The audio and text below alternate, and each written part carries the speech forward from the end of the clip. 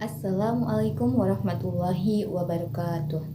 Alhamdulillahirabbil alamin wa bihi nasta'in wa ala umuri dunya waddin. Asyhadu an la ilaha illallah wahdahu la syarikalah wa asyhadu anna Muhammadan abduhu wa rasuluh amma ba'd.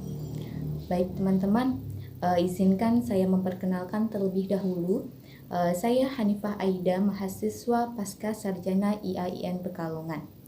Di sini saya diberikan sebuah kesempatan untuk membuat video. Saya mengambil tema terkait dengan pendidikan spiritual dan birrul walidain atau berbakti kepada orang tua. Semoga nantinya video ini bagi siapapun yang menonton semoga bisa bermanfaat dan bisa diambil hikmahnya. Amin. Ya, sebelum saya masuk terkait dengan apa itu yang namanya birrul walidain, saya terlebih dahulu membahas sedikit terkait dengan apa yang namanya pendidikan spiritual. Jadi, yang namanya pendidikan spiritual itu adalah pendidikan yang berhubungan dengan pembersihan jiwa, yang mana itu merujuk sebuah konsep pendidikan yang bukan fisik, melainkan ia akan lebih menyentuh kepada sisi batin, jiwa, hati, dan sebagainya. Itulah pendidikan spiritual, yang mana nantinya pendidikan spiritual itu harusnya mampu menyentuh sisi yang paling dalam pada seorang manusia, yaitu mana? Hati atau kolbu, di mana diharapkan ketika kita merasa tersentuh hatinya, kita sadar bahwasanya kita hidup di dunia, kita diciptakan oleh Allah itu adalah mempunyai tugas, yaitu untuk beribadah kepada Allah Subhanahu wa Ta'ala. Dimana selain kita mempunyai tugas untuk beribadah kepada Allah, yang lainnya adalah apa? Kita harus menyayangi satu sama lain antar sesama manusia ataupun makhluk hidup yang ada di dunia. Kemudian kita harus bersyukur dengan segala yang ada dalam kehidupan ini, menghormati kedua orang tua, guru, dan sebagainya. Itu adalah termasuk bagian dari yang namanya pendidikan spiritual.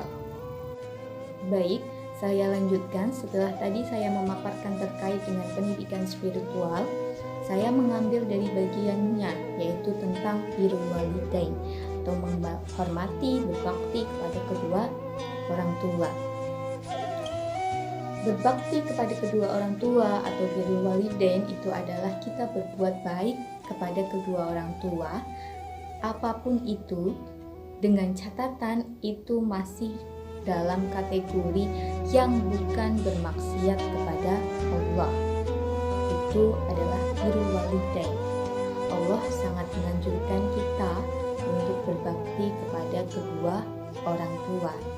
Kenapa? Derajat berbakti kepada kedua orang tua itu di bawah sholat dan di atas jihad atau berjuang di jalan Allah. Itu derajat berbakti kita kepada kedua orang tua. Hal ini dibuktikan dengan berbagai banyaknya ayat, begitu banyaknya ayat yang ada di Al-Quran menjelaskan terkait dengan berbakti kepada kedua orang tua. Saya hanya mengambil satu ayat, yaitu ada Quran surat An-Nisa ayat 36. A'udzubillahi minasyaitonirrajim. Bismillahirrahmanirrahim. Wa'budullaha wa la tusyriku bihi syai'a wa bil walidaini ihsana. Dan sembahlah Allah, janganlah kamu mempersekutukan dengan sesuatu apapun, dan berbuat baiklah kepada kedua orang tua. Itu ayat yang sekiranya menjelaskan bahwasanya kita itu selain menyembah kepada Allah, maka kita harus berbuat baik kepada kedua orang tua. Jadi, baktinya seorang anak perempuan terhadap kedua orang tua dan baktinya seorang anak laki-laki kepada kedua orang tua itu berbeda. Baktinya seorang anak laki-laki kepada kedua orang tua itu abadi. Tapi baktinya seorang anak perempuan terhadap kedua orang tuanya itu ketika ada seseorang laki-laki yang mengucapkan qabul dalam akad nikah, maka hari itu juga wanita baktinya kepada suami itu adalah abadi. Itulah perbedaan dari baktinya seorang anak laki-laki dan seorang anak perempuan kepada kedua orang tuanya. Tapi lantas apa yang terjadi pada zaman sekarang? Banyak anak yang menitipkan kedua orang tuanya di panti jompo. Banyak anak yang menelantarkan kedua orang tuanya karena ia merasa ia tidak sanggup untuk merawatnya. Padahal ketika dulu kecil, siapa yang merawatnya dengan penuh kasih sayang? Kedua orang tua. Ketika kita mengeluarkan kotoran, mereka dengan senangnya, dengan ikhlasnya membersihkan kotoran tersebut. Bahkan mereka lupa bahwasanya mereka itu dilahirkan dari rahim seorang ibu yang mana dengan perjuangan yang begitu dahsyatnya antara hidup dan mati. Ketika diberikan sebuah pilihan oleh dokter untuk menyelamatkan anaknya atau ibunya, maka seorang ibu akan selalu berkata, "Selamatkanlah anak saya." Itulah seorang ibu yang begitu sangat mencintai anaknya dibanding nyawanya sendiri. Itulah yang menjadi salah satu komitmen saya sebagai seorang anak, untuk selalu berbuat baik kepada kedua orang tua, untuk selalu menaati apa yang orang tua katakan. Selagi saya mampu, selagi saya bisa, itu saya akan kerjakan. Entah itu pekerjaan, cipta, dan cinta. Saya sendiri mengalami ketika saya harus dihadapkan antara beberapa pilihan.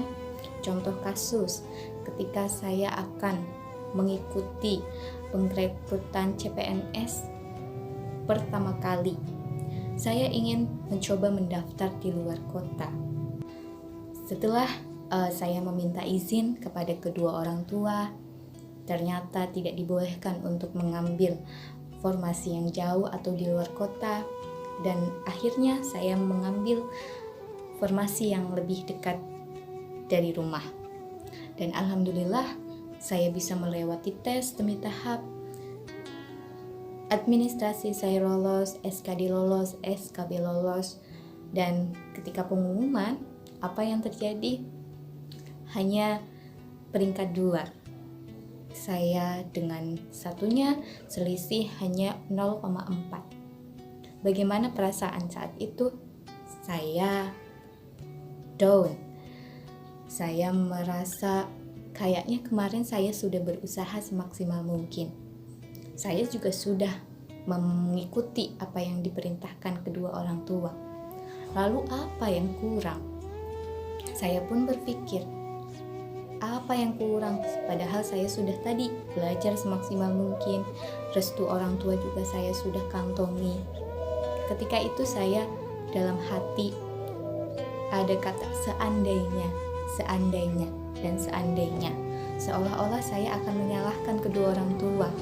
Kenapa kok harus milih di situ? Seandainya kalau kemarin tidak milih di situ. Ada perasaan itu di dalam hati. Dan saya akui saya salah. Dari situlah saya mulai belajar bahwasannya Allah itu akan memberikan sebuah hadiah yang sangat indah itu di waktu yang tepat. Dan mungkin pada saat itu bukan waktu yang tepat untuk saya mendapatkan wewenang tersebut. Kita tidak tahu sebagai manusia apa rencana Allah selanjutnya. Kita sebagai manusia hanya selalu berusaha, mencoba berusaha dan berusaha sebaik mungkin. Ketika memang itu belum digariskan, belum diberikan sebuah wewenang, mungkin Allah mengetahui ketika saya diberikan sebuah amanah tersebut, saya belum bisa bertanggung jawab atau saya masih belum bisa amanah dalam mengemban tugas tersebut, sehingga Allah tunda terlebih dahulu. Dari situ saya sadar bahwasanya Allah lebih mengetahui apa-apa yang dibutuhkan oleh manusia. Kita sebagai manusia tugasnya untuk selalu beribadah, selalu berusaha kepada Allah. Dan ingat, jangan menyalahkan kedua orang tua dalam segi apapun. Kita sebagai seorang anak, ya memang wajibnya adalah berbakti kepada kedua orang tua. Selagi itu masih bisa, selagi itu masih mampu kita lakukan. Kaitannya dengan peristiwa tersebut, dari situlah saya memulai berbenah diri terkait dengan hal beribadah kepada Allah. Bisa jadi kemarin ketika saya beribadah kepada Allah lebih giat, itu karena tidak ikhlas dan ada maunya. Padahal hakikatnya kita sebagai seorang manusia diciptakan di dunia ini hanyalah untuk beribadah kepada Allah, dengan catatan secara ikhlas, bukan karena ada maunya. Peristiwa-peristiwa tersebut membuat saya mulai berbenah diri untuk selalu beribadah kepada Allah dengan ikhlas, dan semakin yakin bahwa apa yang sudah ditetapkan oleh Allah itu pasti yang terbaik untuk hambanya.